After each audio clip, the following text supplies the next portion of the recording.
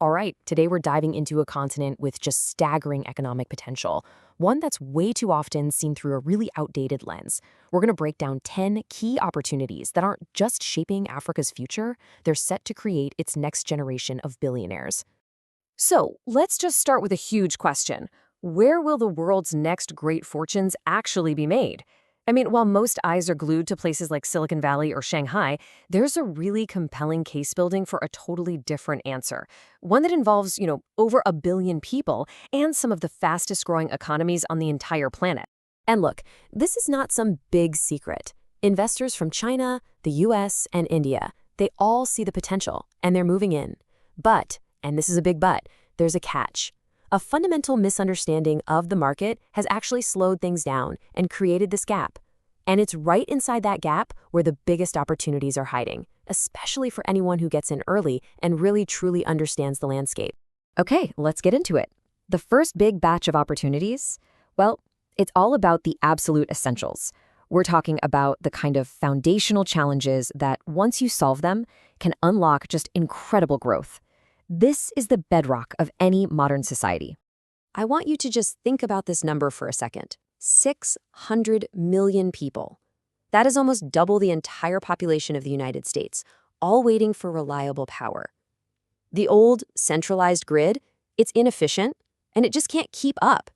And this isn't just some inconvenience. It's a massive brake on economic growth. It creates this incredible pent-up demand for a brand new solution. And you know what? That solution is literally shining down from the sky. With about 300 days of sunlight a year across much of the continent, off-grid solar isn't just some nice green alternative. Nope, it's a direct, powerful, and more affordable answer. This isn't about replacing old infrastructure. It's about leapfrogging it completely. We're already seeing companies sign multi-million-dollar deals to power hundreds of thousands of homes. The solar market here is absolutely booming. Okay, so let's switch gears to another basic need, shelter. Africa has the world's fastest urbanization rate. I mean, by 2030, half the population could be living in cities. And to put that into perspective, look at this number, 20 million. That's not the housing shortage for the whole continent, that's for Nigeria alone. The scale of this demand is it's almost hard to wrap your head around. So the really cool part is that this crisis is sparking some incredible innovation. Entrepreneurs are finding ways to build at scale and at a price people can actually afford. They're sidestepping all the usual headaches like high capital costs that slow down traditional developers.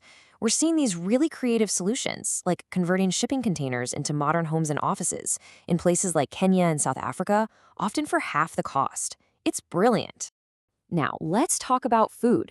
Get this, Africa has 60% of the world's unused arable land, tons of labor, and a great climate. So why on earth is the continent spending $30 billion a year importing food? It just doesn't add up, right? This one statistic perfectly captures the disconnect between potential and reality. The problem isn't a lack of ability to grow food. It's the challenges in getting it financed, processed, and distributed. And this is where new models are solving old problems in such a smart way. Crowd farming is just a genius concept. It lets regular working people in the cities invest directly in farms out in the country. This totally solves the classic problem where small farmers can't get loans because they don't have collateral. So the farmers get the money they need, the investors get to share in the profits, and the country gets to rely less on expensive imports. It's a total win-win-win.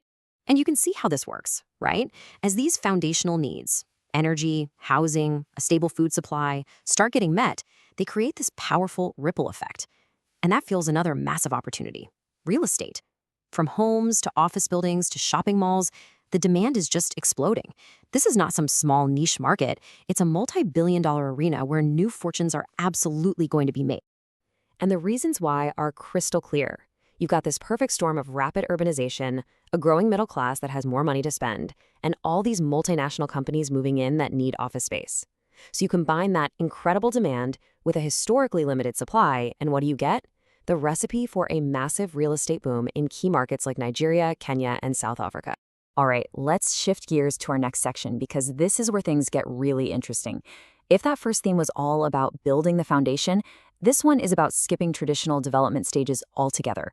Technology isn't just making old systems a little better, it's creating brand new ones that are faster, cheaper, and way more accessible to everyone. I mean, just look at the growth in fintech. That's financial technology. In 2019, startups in this space raised nearly $300 million. Okay, nice. But the projected growth over the next 3 years? A staggering $40 billion. That is not just growth. That's an explosion. So what's driving all this? It's simple. A massive underserved market.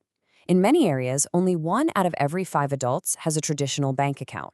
But you know what almost everyone has? A mobile phone. So fintech entrepreneurs are using those phones to basically put a bank in everyone's pocket. It's completely changing how people save, pay, and do business, and it's unlocking this enormous market potential. The challenges you see in healthcare are just as stark. I mean, this quote is just shocking. 1 doctor for over 20,000 patients. Think about that. It makes getting quality healthcare nearly impossible for millions and puts this unbearable strain on the entire system.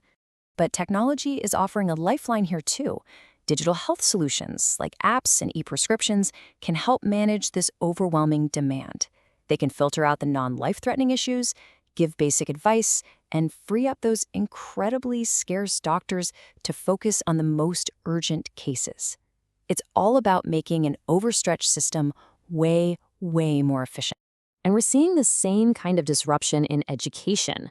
For decades, the model was pretty rigid, right? A limited number of spots at universities and inflexible schedules. But the new model, led by pioneers like the African Virtual University, is flexible. It lets people learn online, get new skills, and advance their careers, all without having to quit their jobs. It just makes sense. Okay, our third theme is a really exciting one. It shifts from solving internal problems to exporting unique strengths to the rest of the world. For years, Africa has been a consumer of global culture, but now the script is flipping. It's becoming a powerful creator and exporter of its own. Just as an example, the global fashion market is a massive $2.5 trillion industry. Right now, Africa's share of that pie is tiny, but that's exactly where the opportunity is. It's projected to grow by over $15 billion in just the next 5 years. And you see this same pattern across music, film, you name it, just immense untapped potential waiting to be unleashed. And these opportunities are very real. There's a huge need for film financing and distribution, especially when you realize there's less than 1 movie screen for every million people. In fashion, as labor costs rise in Asia, manufacturing is starting to shift to the continent, which has this huge, youthful workforce.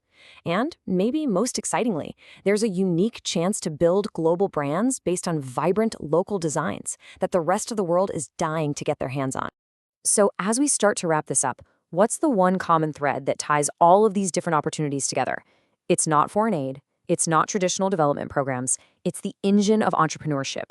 It's the individuals and the companies who are on the ground building these solutions from scratch. And this engine is being totally supercharged by some powerful bigger trends.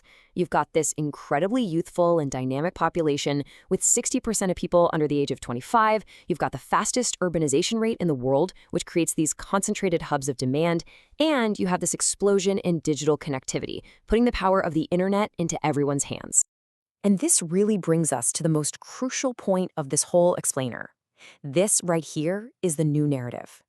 The transformation that we're talking about isn't about charity or pity. It's about commerce, it's about innovation, and it's about self-determination. It's about entrepreneurs building real businesses that solve real problems for real people. So, from renewable energy and affordable housing all the way to fintech and global fashion, the blueprints for Africa's next billionaires are right there. They're clear as day. The foundation is set, the tools are available, and the demand is just undeniable.